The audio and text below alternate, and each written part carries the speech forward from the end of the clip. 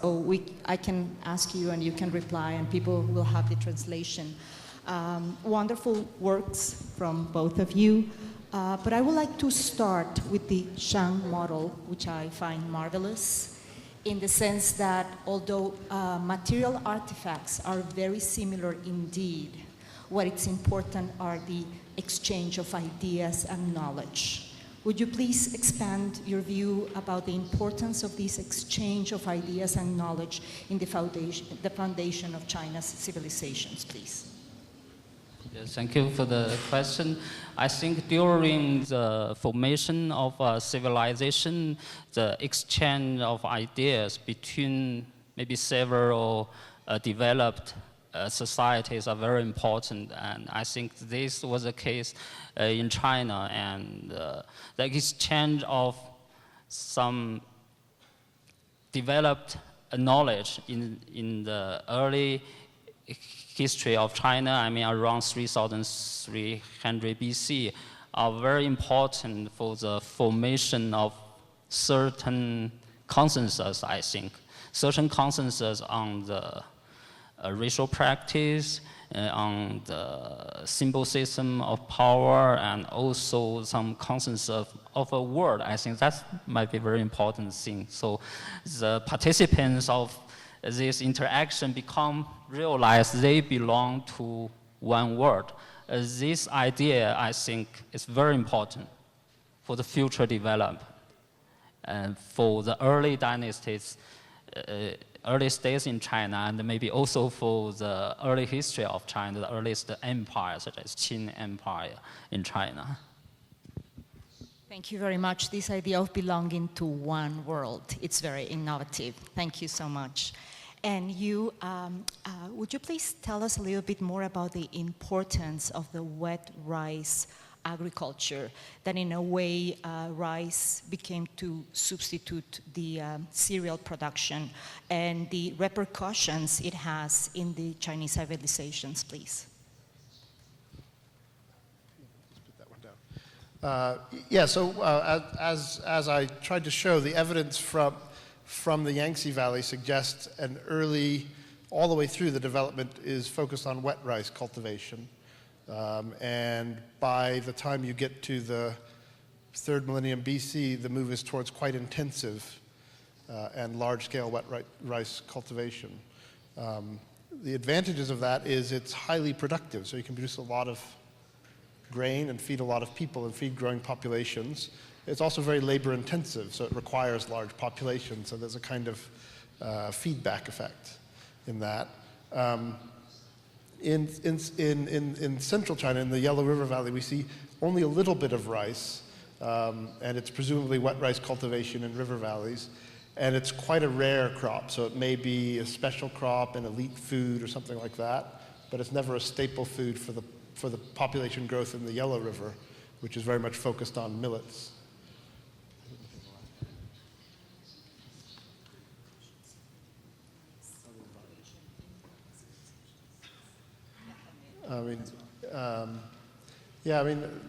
What are the repercussions of wet rice for civilization or in the environment? I mean, I think wet rice is clearly something that transforms landscapes in a way that many other crops, to a greater extent than other crops. It requires control of water. It requires essentially removal of all the other vegetation in an area where you're growing it. So it does have impacts in terms of environmental change, and it locks societies into something that's quite labor intensive.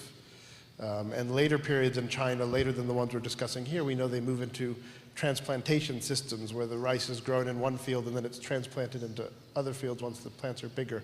And that's even more labor intensive, but it's also more productive. So it does it demands labor and labor organization, and that probably means it demands social hierarchy. But it also supports those. And one of the reasons I suspect why rice is rather slow to spread to Southeast Asia or to the southernmost provinces of China is that at that time, some of those societies weren't interested in or weren't socially organized in a way that would support rice cultivation, or perhaps weren't interested in that kind of level of labor investment. So it stays confined mainly to the Yangtze and to Shandong and little patches in central China. Respetable público, por favor, ¿le podría pasar un micrófono al señor ahí atrás, por favor?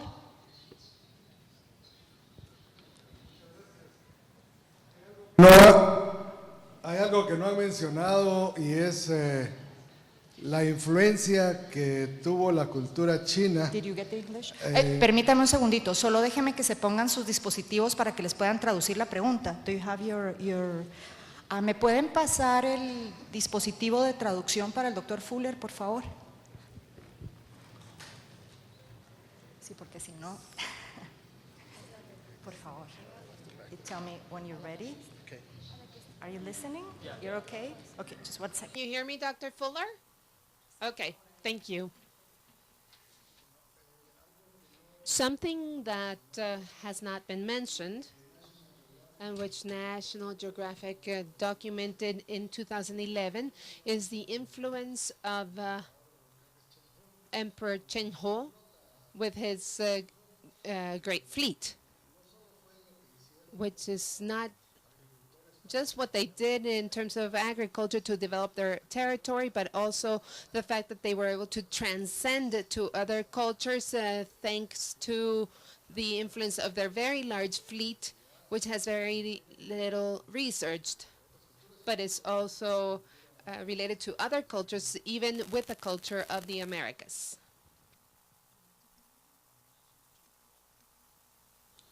Zheng He is a very famous person, some person like Colombo, I think, but he's belonged to a much later period in the Ming Dynasty in the 16th century AD. So he's a very important person for the communication between China and the world.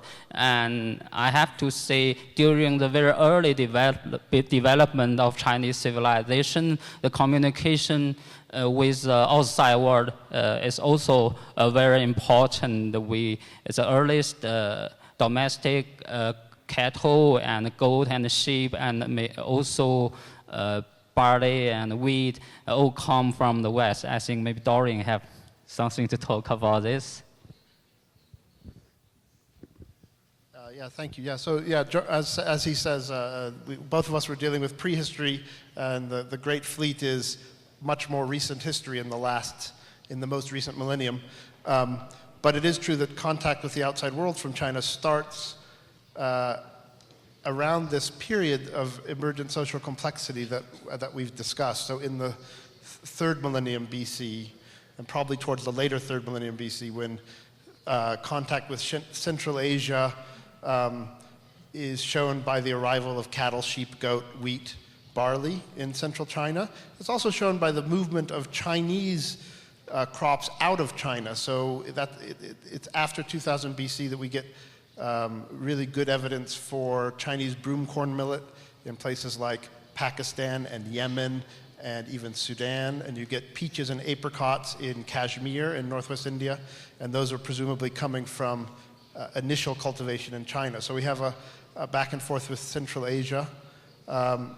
There's also influence and trade and contact to the east, which you see on the Korean Peninsula and in Western Japan, where things like the Chinese millets initially and later rice move from China to South Korea, Kyushu Island of Japan. So there's also some sort of a East China Sea interaction sphere, which in later periods also is involved with the movement of bronze working and things like that. So China's sea contacts are very important, and they're also important with Southeast Asia.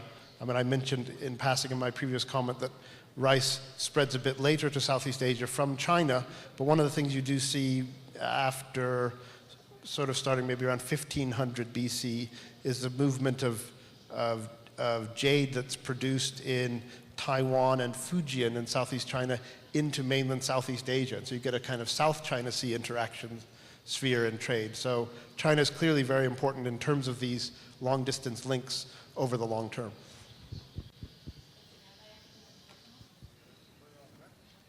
Yes. Thank you. I will ask my question in Spanish and then in English.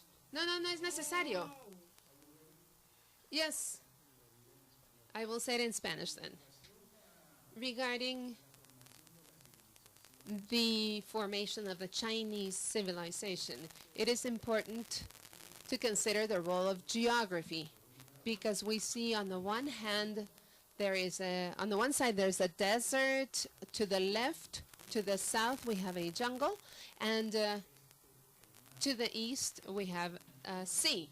This allowed for the consolidation of the contact and a relative isolation of this territory and population for the creation of a special world, a different world.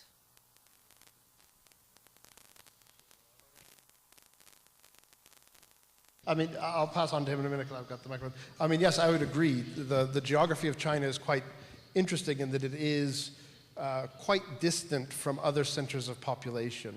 So it's separated from the Iranian Plateau and the Indus Valley and Mesopotamia by sparsely populated deserts and grasslands. The Himalayas separate it from India and sparsely populated jungles, which have hunter-gatherers until rather later dates, separated also from northeast India. So it does mean that this interaction sphere, which he has described, essentially starts to develop in its sort of isolation. And then the evidence for contact comes after that interaction sphere has kind of created a Chinese world. Then you start to get this evidence for contact with Central Asia, with Southeast Asia, with India.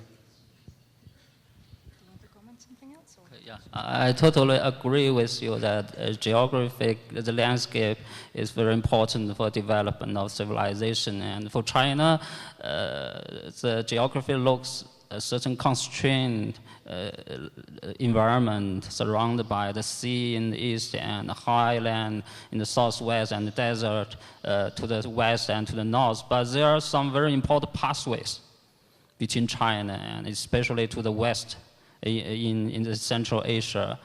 So the pathway, one of the pathway is the very famous Silk Road.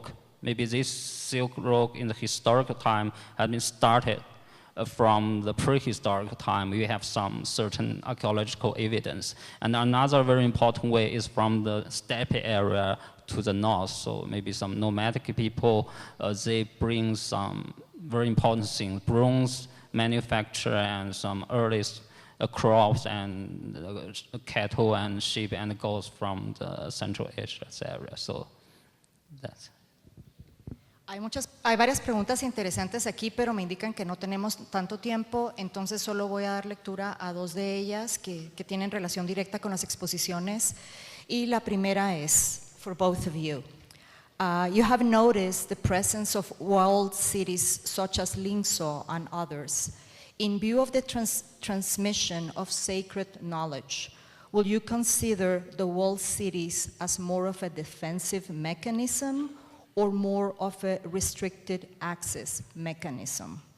The question has to do with the walled cities. Are they more a military thing or is more a restriction of accesses? You mean the communication? No. The walled cities. Oh, okay. Yeah, for the wall size, there's some arguments about this wall size, the function of these walls. Some scholars believe it's for defense, because at that time there are some warfares appear during that time for the people just build a wall to defend, to make the settlements most safer. So, but other archaeologists think maybe this was built for just, it's a kind of ideology to show the limit of a certain settlement, and maybe they build the wall in a special shape to show some kind of ideology. And also some archaeologists think the walled city in southern China is the walls built for the defense of the flat. So there are some arguments on this. No, but there is a question especially for you. This is of interest actual nowadays interest, and it's, which is your opinion about transgenic seeds?